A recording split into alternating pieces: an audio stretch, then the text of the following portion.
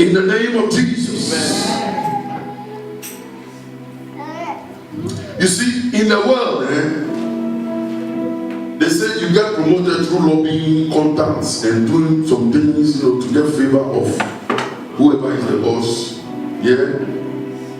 Sister Claudia, you know what I'm saying? Because some people have to lobby to pass around you, so that they get promotion. But see, what they don't know is except the Lord build the house, you never invent that building. Are you listening to me? It is God who I need to build me up. The Bible says the blessing of the Lord it maketh rich. He added no sorrow to that blessing. I choose to get that blessing of God because there are several blessings all over the place. I need the one from God. I don't need a blessing. If I was looking for money, I won't be here. Are you listening to me? Yeah. When I went to Ghana these holidays, I got a job there. I got a job. Yeah. A good job, house living, all those things. And I said, hey, what a temptation. I left the church. I told them that I'm going on holiday and coming back. And then they will hear that I am going to get a job for money. May the Lord forbid. I am coming back. I said, I will help you to look for another country. And I helped them. But I said, for me, that's not my work anymore. Are you listening to me? Except the Lord build a house, you never invade that building. Except God watches over you, watches over the city. The watchmen are sitting down with their eyes open, they won't see anything. Tell me where they were when the angels were releasing the men from the prison. The watchmen were sitting there. I pray for somebody. I said, I pray for somebody. I said, may angels be deployed to your assistance. I said, when you leave, when you get to that critical point, I said, when you get to that critical point, you are not hearing what I'm saying. I said, you are not hearing what I'm saying. When you get to that critical point, Moses looked at the Egyptians, ran with the Israelites, and then they got to the Red Sea. They looked back, the Egyptians were coming. They selected their best army, best chariots, best horses, best of the best to pursue the Israelites. When the Israelites were heading towards the Red Sea, and when Moses got there, before him was the Red Sea, behind him the Egyptians were coming. Moses looked up. He said, God, what am I going to do? Beside me and the forest, what am I going to do? They are coming. God said, Moses, this is the time for you to depend on me, and this is the time for me to show you that I am the one who created the heavens and the earth. The earth was created by me, the sea was created by me. I have territorial jurisdiction. I can do as I please. What is in your hand, Moses? Moses said, I have the rod. God said, strike the sea. He struck the sea, and the sea parted open. I see your trouble giving way. I said, I see that issue giving way to you. In the name of Jesus, what was meant to destroy you, God will turn it around. He will use it to favor you. In the name of Jesus. Oh yeah. I'm preaching to somebody. Moses went into the Red Sea. The Israelites were following, were going, and going. And then the Egyptians also began to enter the water from the back. And God sent angels from heaven to the heels of the horses, to remove the heels of the horses, to slow them down so that the Israelites would go faster. God sent angels to slow the enemy down for the Israelites to go faster.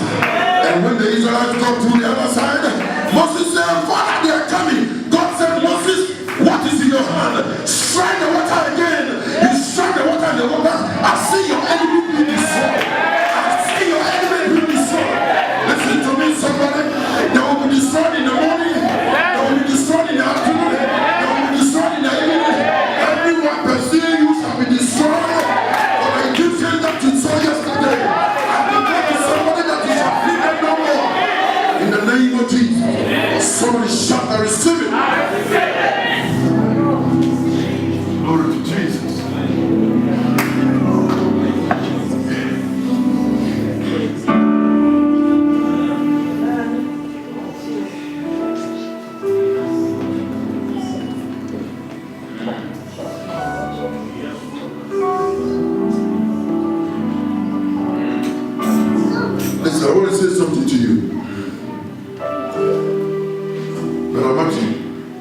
as long as God is watching over you, you can go to sleep with peace. Amen.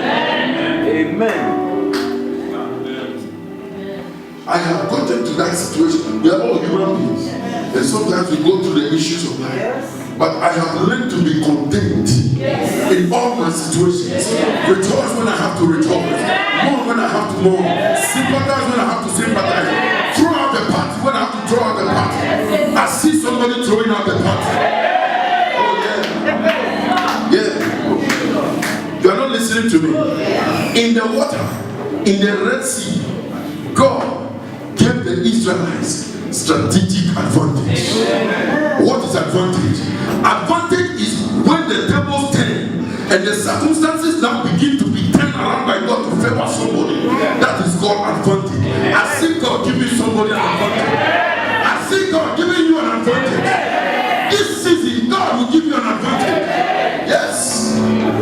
God gave them an advantage, slow the enemies down so that they can go. Those who are pursuing you now, I'm telling you, they will be forgotten issue. I said they will be forgotten issue. Oh yeah.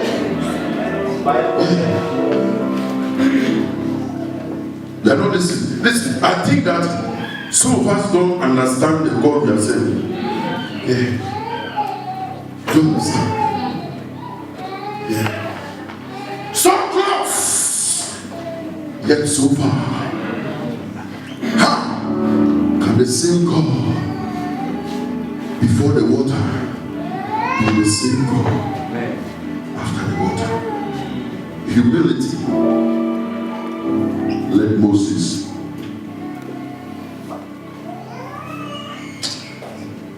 Fight for humility. Humility is that which makes a minister submit to his pastor. Somebody told me to have a minister. You are a minister. Okay. You will know that there are difference between ministers. And you will know that there is a difference between mantles.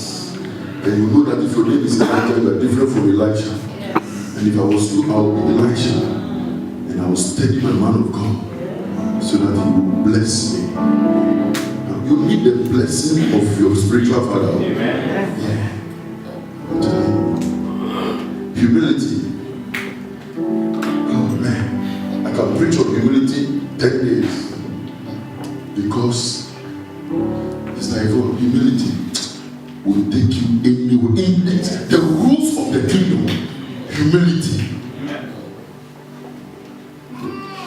Humility is that which makes a woman say, I will submit to my husband, even though he gets things wrong. Because of God, I will submit to the word of God. This man, I will not talk to him the way I like. I will submit. Only because of God is called humility. And he didn't get things right. But I will do it because God says I should do so. It's called humility. Peter Jack Daniels said, God did not send you to marry a woman who won't help you. God did not send you to marry a woman who would not help you. God didn't send you. You sent yourself. I was going through I went to that conference. I was going through my notes this morning. I said, hey, I wrote this thing down. It's a good point. God did not send you to a woman who will not help you. Why? Let me continue to say, I will make you help meet. See, it is not good for a man to be alone. I will make you help meet. So if you are married to somebody who is not helping you to fulfill your purpose, God didn't send you to that woman. You sent yourself.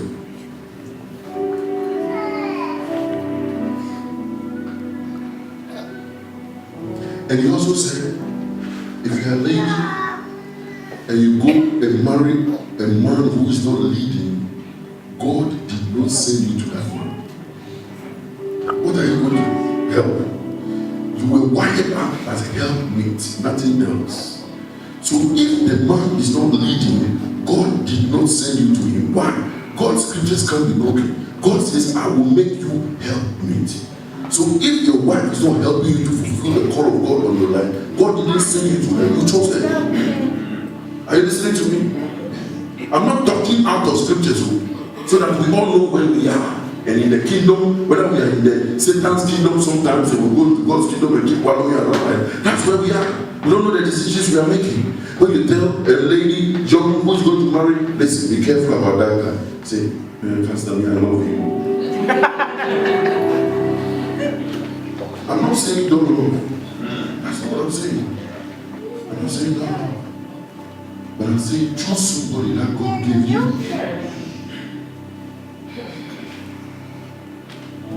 Listen, a woman who will not submit to you, God didn't send you to her. Period. And if you are in it already, there's no escape except for grounds of unfaithfulness. You chose it, so you got to be in it. Unless there is unfaithfulness, that's the only scriptural basis. And even that one, if you decide that I will forgive him, that's your decision. The choices we make. The Bible says, humble yourself under the mighty hand of God, and he will exalt you in due season. Your season will come as long as you humble yourself before the mighty hand of God. Is this word changing us, or are we hearing these things every Sunday and we are doing nothing with it? The next time we hear you have gone to all night somewhere, but you are still misbehaving to your husband in the house. The cause is of no effect. Until you are finished using what you have here, you must sit down and do the word. Have you seen me go to other churches? Except by invitation. They are doing something, they invite me to preach or to go attend or something. I'm going to Proverbs chapter 11, verse 6 is my place. When pride comes, then comes shame. May you not be put to shame. When you see a proud person, you can predict his future. And when you see a humble person, you can predict his future. But with the humble, another translation uses the word humble, is wisdom. You know what you need on earth is wisdom. The Bible says wisdom is in the hands of the humble people. Why? Even to be humble is wisdom. Because we are choosing that even though this person is making himself unlovable, I will still love him. Because the word of God says is called humility. You don't have a right to talk to your husband anyhow. No right under kingdom principles if you want to see success. Listen, the world defines success differently. Yeah? Go and ask the rich people whether they have peace. Yeah. There are people, Sister Justin will tell you, they will fly food from Nigeria to their hospital here. They fly food by jet to hospital, give them food, they fly the food from their country to here. They have money. They don't have health. Success in the kingdom is different from success in the world. And God defines success differently. As Mandela said, success is ability to fall down and rise again. He was quoted from the book of Mark. And Winston Churchill says success is failing and ability to fail, but still maintaining your level of confidence. For the rest, it's not to the swift, nor the battle to the strong. For it's not him that willeth, nor him that runneth, but it is only God who shows mercy. I am where I am by the grace of God, lest any man should boast. For if we have our boast to make, let us make our boast in the Lord. I'm preaching. May the Lord help you understand.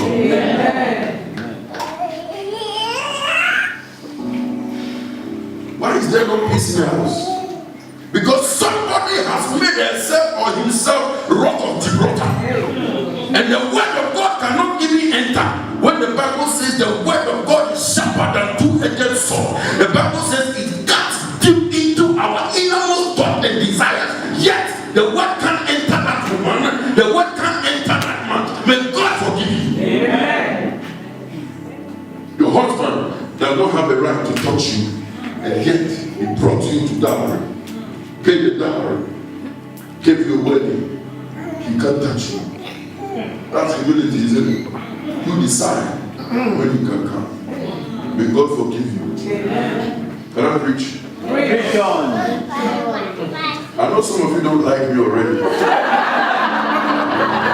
My sister Modi likes me. So I'm good. And Timothy here, Pastor Timothy is here. Pastor Timothy, stand up, let them see. This guy is going to become a great man of God.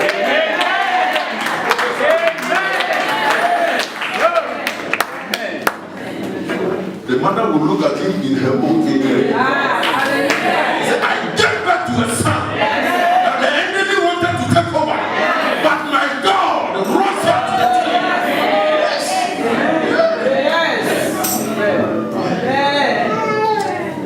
May God help us all. You see, humility is when we submit to God's word. When we submit to God's word. God says I should honor my pastor, even though he's preaching and the message is really hitting me. But I still love my pastor. It's called humility. And I will still come to church next Sunday. I won't be able to strive for 2 months. Sister Justin, I need to pray for me this week. Hallelujah. I think you are there. I need your praise to stand strong and to preach. Amen. The man said, who does she think she is? If she won't do this, okay, we shall see. You don't fear God. That you are a man does not make you a boss. So men don't think there is no vision. You are making it very, very difficult for a woman to love you. What kind of man are you? Women get frustrated when there is nothing they are helping. When you have a vision, it makes it easy for her to help you. So get out there and get a vision and pursue it and seek God turning things around for you. Make it easy for her to love you. Are you listening to me? In the name of Jesus. I said in the name of Jesus. Amen. God is good. All the time. And all the time. God is good. And all the time. God is good. God is good. Proverbs chapter 29, verse 23. Proverbs 29, 23. A man's pride shall bring him low, but honor shall uphold the humble. How many of you want to be honored? How many of you want to be honored? The key is on the board. Pride will bring you what? But humility will bring you what? Honor. Can I say something to you? Honor is not something you command. It is God who gives honor. It is God. If you want to be honored, the way up in the kingdom is. Can you see that I'm just on the first kingdom rule? I need to move on. Hallelujah. Are you being blessed by this? Rule number 2 in the kingdom. So that humility, we dealt with that. Number 2, giving is the only way to receiving in the kingdom. You see, in the world, saving is the way to receive, isn't it? For God so loved the world, God wanted so many children. What did he do? He planted one son. And he got all of us. Giving is the only way to receive. Doesn't make sense, does it? How can I give something out and then it's the only way to receive? It doesn't make sense. Why? Because the gospel preached unto them is foolishness. But unto us it is the power of God. go to salvation. In the name of Jesus.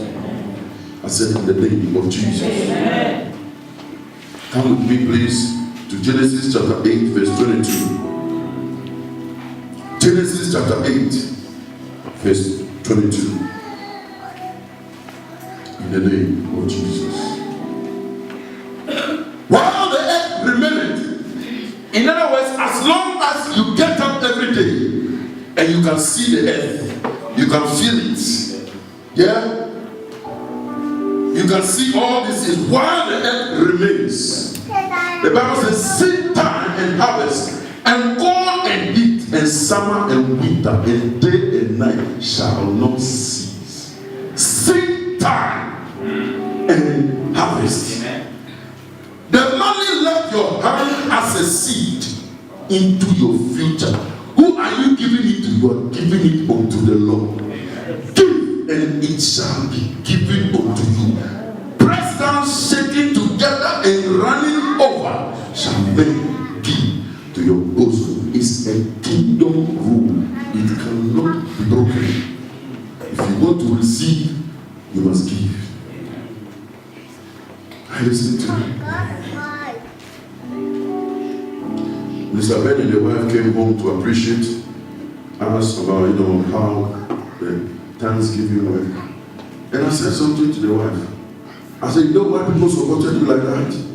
People supported you because you have sown into people's lives. And they attempt to sow into your life. When we came back from Ghana, the hours that we came very late in the night, when we came, she had cooked and waiting for us. God will bless you for it. I lifted up my hands and I prayed some prayer. Yeah.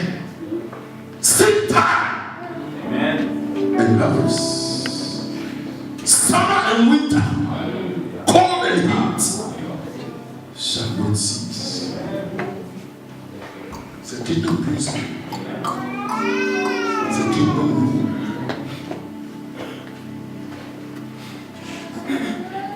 Have you ever seen a farmer harvesting when he did not know it? What kind of farmer are you?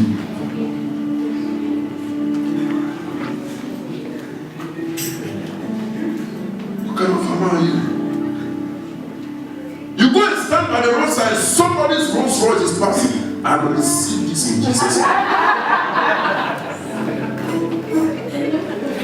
Fast for 365 days, stand by the roadside and command. And if you get the car, I will pay you twice the amount to take the car again. You'll be waiting there forever. Who taught you that? Seed time and harvest shall not cease. When you are doing your tax returns, there is a place that you put the money that you give to charity. Or you can go to your bank statement, take the last 12 months bank statements, and take a highlighter. Highlight the checks that you give to the church and God, and count all that, and see whether it is 10% of what God of heaven gave you that year. You see?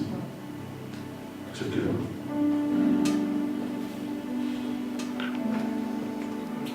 Seed time and harvest.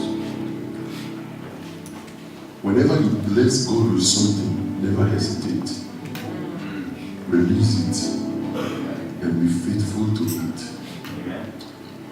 God will never cause you to lack anything. Amen. Oh, I'm telling you. I'm telling you. Yeah. God will never. David said, I have been young and now I am old. I can see my gray hair now. I have never seen the righteous forsaken, nor his seed beg for bread. You will never beg for bread. Amen.